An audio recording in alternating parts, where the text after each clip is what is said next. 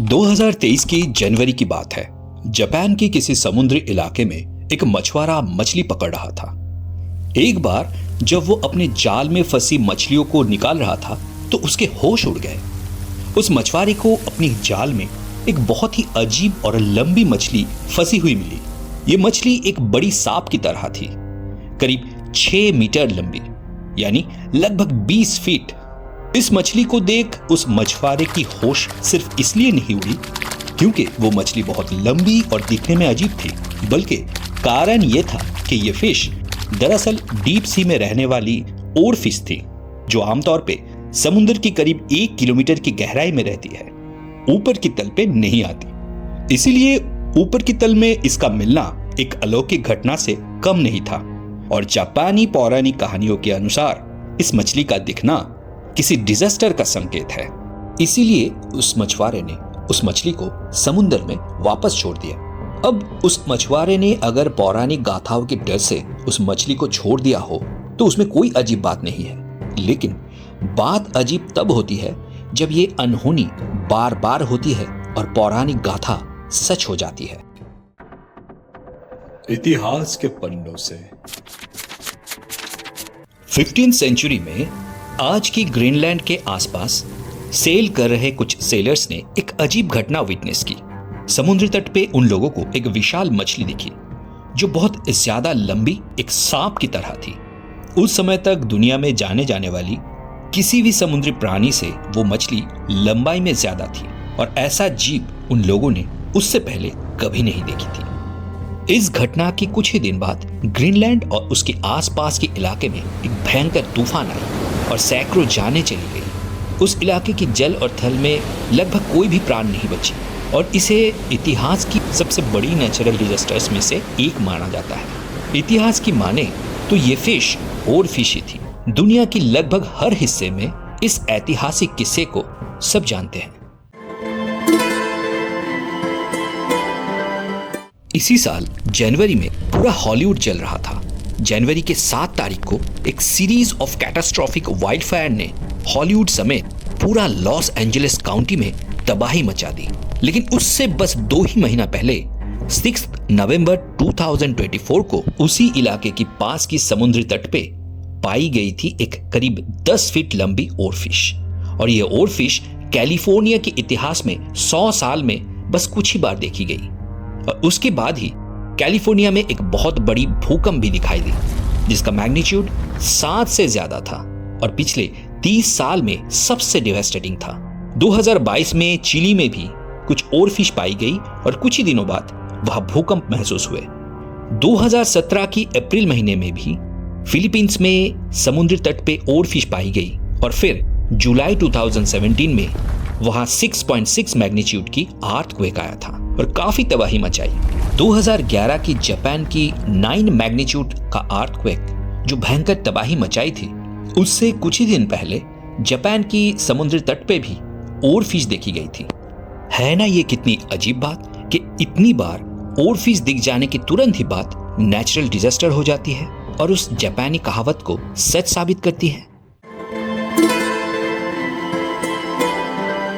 और सिर्फ ओरफिश ही नहीं, पिछले कई वर्षों में पूरी दुनिया में डीप सी क्रिएचर्स को समुद्र के ऊपरी हिस्से में देखा जाने लगा है। 2023 में एक मछुआरे ने एक बार में करीब 50 ओरफिश पकड़ी थी। 2024 में कैलिफोर्निया में 3 बार ओरफिश देखी गई। 2025 की फरवरी में मेक्सिको की तट पे एक जिंदा ओरफिश दिखाई दी। जायंट फैंटम जेलीफिश जो एक डीप सी क्रिएचर है जिसका स्पर्शक या टेंटाकल्स करीब 10 मीटर से भी ज्यादा लंबी है और जो समुद्र की गहराई में लगभग 1500 से 2000 मीटर नीचे रहती है। 2022 की एक रिपोर्ट के अनुसार ये अंटार्कटिका की समुद्र में सिर्फ 80 से 280 मीटर की गहराई में देखा गया है। 2022 में ही रशिया में एक बहुत ही अजीब दिखने वाली सी क्रिएचर को मछुआरे ने पकड़ा है जो एक लंबफिश था और जिसे सिर्फ समुद्र की गहराई में ही देखा जाता है, लेकिन मछुआरे को समुद्र के ऊपरी हिस्से में मिला। ब्लैक सी डेविल एंगलर फिश जो समुद्र की गहराई की 1.5 से 2 किलोमीटर नीचे पाई जाती है, उसे स्पेन की समुद्री तट के ऊपरी हिस्से में देखा गया है। ये जायंट फैंटम जेलीफिश और लम्पफिश जो पिछले 100 साल में कभी भी समुद्र के ऊपरी हिस्से में नहीं देखा गया है, हाल फिलहाल में बार बार देखा जा रहा है। इसी साल फरवरी के महीने में ऑस्ट्रेलिया के तस्मानिया के बीच में 150 से भी ज्यादा किलर व्हेल्स जो डीप सी क्रिएचर्स है वो आके तड़प रहे थे। और सिर्फ यही नहीं, इंडिया में भी ऐसी घटना देखी गई है। इसी साल की 5 मार्च को केरला की वंदनापल्ली बीच में हजारों की तादाद में समुद्री मछलियां तट पे आके छटपटा रही थी। और ये सिर्फ एक ही बीच पे नहीं हुई, बल्कि केरला की बहुत सी अलग अलग इलाकों के बीच पे ये देखी गई थी। लेकिन ये सब हो क्या रहा है? ये सारे प्राणी जिनका मैं जिक्र किया वो समुद्र के गहराई में रह रहे हैं कई 100 या 1000 सालों से, जिनका समुद्र की ऊपरी सतह या बाहरी दुनिया से कुछ लेना देना नहीं है। तो फिर क्यों वो अचानक से बाहर आने लगे हैं? और सिर्फ बाहर ही नहीं आ रहे हैं, मेक्सिको में पाई गई वो जिंदा ओरफिश या ऑस्ट्रेलिया में पाई गई उन किलर व्हेल्स में से जितने भी जिंदा थे, उनको जब समुद्र में वापस भेजने की कोशिश की गई तो वो जाने के लिए तैयार नहीं थे और लौट के वापस तट पे ही आ रहे थे। ऐसा लग रहा था कि बिना पानी के तट में सरवाइव करने से ज्यादा पानी के अंदर की किसी चीज से वो ज्यादा डरे हुए थे। मतलब गहरे समुद्र में कुछ तो अनजान घटना घट रही है, जिस वजह से समुद्री जीव अपने सैकड़ों सालों की आश्रय छोड़ के अपने जीवन को दांव पे रख के विकल्प की खोज कर रहे हैं। लेकिन सवाल यह है कि आखिर इन जीवों को क्या चीज समुद्र की सतह पे आने के लिए मजबूर कर रही है?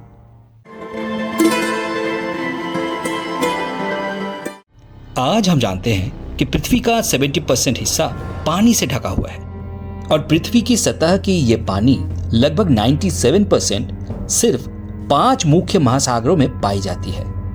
Pacific ocean, Atlantic ocean, Indian ocean, Arctic ocean और सादर्न ओशन। पूरी दुनिया की 94% वाइल्ड लाइफ इन्हीं 5 महासागरों में पाई जाती है। लेकिन ये जान के आपको ताज्जुब होगा कि इन महासागरों की मुश्किल से 10% भी हम इंसान आज तक एक्सप्लोर नहीं कर पाए हैं। नासा मंगल ग्रह पे खोज करता है, लेकिन समुद्र की गहराइयों को टटोलने से डरता है। हैरानी की बात तो यह है कि इंसानों के पास मंगल ग्रह की ज्यादा बढ़िया मैप और ज्यादा जानकारी मौजूद है डीप सी के मुकाबले। जहां अर्थ की समुद्री हिस्से की डीपेस्ट पॉइंट में सिर्फ 3 लोग मात्र 3 घंटे बिताए हैं, वहीं चांद पे अब तक 12 एस्ट्रोनॉट्स लगभग 300 घंटे बिता चुके हैं। इंसानों को समुद्र की सबसे ऊपरी हिस्सा जहां सनलाइट सबसे ज्यादा पड़ती है, जिसे सनलाइट जोन भी कहा जाता है, और समुद्र की एक लौता हिस्सा जहां फोटोसिंथेसिस होती है, उसी हिस्से के बारे में बहुत कुछ पता है। और ये जगह है भी अनोखा, क्योंकि यहाँ बसने वाली समुद्री जीव सबसे ज्यादा कलरफुल और डाइवर्स है। लेकिन वहीं पे समुद्री तट से 1000 मीटर के नीचे कोई भी रोशनी नहीं पहुंचती और समुद्र की हजारों मीटर की गहराई में बसती है एक अंधेरी दुनिया। और वहां के जीव दिखने में और स्वभाव में बहुत ही अजीब और डरावनी है। समुद्र के इतने नीचे क्योंकि नेचुरल सोर्स ऑफ लाइट नहीं पहुंचती, तो बायोलुमिनेसेंस प्रोसेस के माध्यम से यहाँ बसने वाले सी क्रिएचर्स अपने शरीर में खुद की रोशनी बनाते हैं। ये प्रोसेस 2 स्पेशल केमिकल्स के चलते होती है, यूसिफेरिन और यूसिफेरस। ये दोनों केमिकल्स आपस में मिलके एक केमिकल रिएक्शन करती है, जिससे एनर्जी बनती है और वो एनर्जी लाइट के फॉर्म में निकलती है, जिससे समुद्री जीवों की शरीर से लाइट निकल रही है ऐसा प्रतीत होती है। स्ट्रॉबेरी स्क्विड हो या बेलीकॉम जेली, ऐसे सी क्रिएचर्स में यह फेनोमेना देखी जाती है। डीप सी क्रिएचर्स ये रोशनी यूज करके अपनी जीवन व्यतीत करने के लिए जरूरी काम करते हैं, जैसे आपस में कम्युनिकेशन, अपनी आत्मरक्षा करना, किसी और जीव पे प्रहार करना या फिर शिकार को अपनी तरफ खींच के उसे दबोचना। समुद्र की बहुत ज्यादा गहराई में पाए जाने वाली सी क्रिएचर्स ज्यादातर आकार में बहुत बड़ी और ज्यादातर दिखने में विभत्स होती है, जैसे जायंट स्क्विड, जिसपे फिक्शनल फिल्म्स भी बने हैं। ये लगभग 13 मीटर लंबी है, जो एक 2 माला घर से भी लंबी हो सकती है। फिर ब्लैक सी डेविल जैसी विभत्स दिखने वाली एंगलर फिशेस या वैम्पायर के जैसे दिखने वाली स्क्विड, जिसका नाम भी है वैम्पायर स्क्विड, और फिर येती क्रैब्स। इस क्रैब की क्लॉज में येती के जैसे फार लगे हुए रहते हैं। हालांकि येती के फार से इस क्रैब की क्लॉज में देखे जाने वाली फार्स की कैरेक्टरिस्टिक्स अलग है। इनके क्लॉज में दरअसल बैक्टीरिया की कॉलोनी बनी हुई रहती है, पर दिखने में यह है एकदम येती की तरह। ये तो गई कंपैरिजन की बात, लेकिन अगर आप सच में येती के बारे में जानना चाहते हैं तो इस पे मैंने एक अलग वीडियो बनाया है, जिसे आप स्क्रीन पे दिख रही लिंक पे क्लिक करके देख सकते हैं। इस लेवल के भी नीचे करीब 4000 मीटर की डेप्थ पे मिलने वाले सी क्रिएचर्स लगभग सबसे पुरानी सी क्रिएचर्स है, जिनमें कुछ कुछ कई हजार साल पुरानी है। इसी जोन में 3800 मीटर नीचे टाइटैनिक जहाज की मलबे को देखा जा सकता है। लेकिन समुद्र की गहराई इससे भी नीचे तक जाती है, करीब 6000 से 11000 मीटर तक हो सकती है, और ये ह्यूमन सिविलाइजेशन के लिए सबसे अनएक्सप्लोर्ड रह गई है आज तक। अब तक जितनी भी डीप सी क्रिएचर्स के बारे में जिक्र किया, उनमें से बहुत सारे आज हजारों मीटर सफर करके समुद्र की ऊपरी हिस्से में आ रहे हैं, और इसकी वजह है इंसान। प्रकृति की एक अजीब लीला है कि सृष्टि की हर एक लिविंग बीइंग शुरू के दिन से ही अपनी खाने की खोज में लगी रहती है, और समुद्र के नीचे रहने वाली जीव भी यही करती है। समुद्र के नीचे की हर एक हिस्से में पाए जाने वाली जीव उस हिस्से या उसके आसपास के हिस्सों में पाए जाने वाले खाने से अपना पेट भरते हैं। लेकिन पिछले कई 100 सालों से ह्यूमन सिविलाइजेशन की एक नेगेटिव इंपैक्ट की वजह से क्लाइमेट चेंज और ग्लोबल वार्मिंग जैसे फेनोमेना देखा जा रहा है, जिसके कारण डीप सी में बहुत सारे प्लैंकटन स्पीशीज एक्सटिंक्ट हो रहे हैं। सैकड़ों छोटी प्रजाति की मछलियां एक्सटिंक्ट हो रही है, और इसके चलते मेरीन फूड चेन अफेक्ट हो रही है। खाने की क्राइसिस हो रही है समुद्र की गहराई में, और इसीलिए समुद्र की गहराई में अलग अलग लेवल की सी क्रिएचर्स खाने की खोज में ऊपर की तल पे आ रहे हैं। और सिर्फ यही नहीं, हजारों सालों से धरती का तापमान ऑलमोस्ट स्टेबल था, तो समुद्र की पानी का तापमान भी ऑलमोस्ट सेम ही था। लेकिन जैसे जैसे ग्लोबल वार्मिंग बढ़ती गई, धरती का तापमान बढ़ा, समुद्र की पानी का तापमान भी बढ़ा, और इससे समुद्र के भीतर ऑक्सीजन का भी कमी होने लगी, खासकर ज्यादा डीप एरियाज में।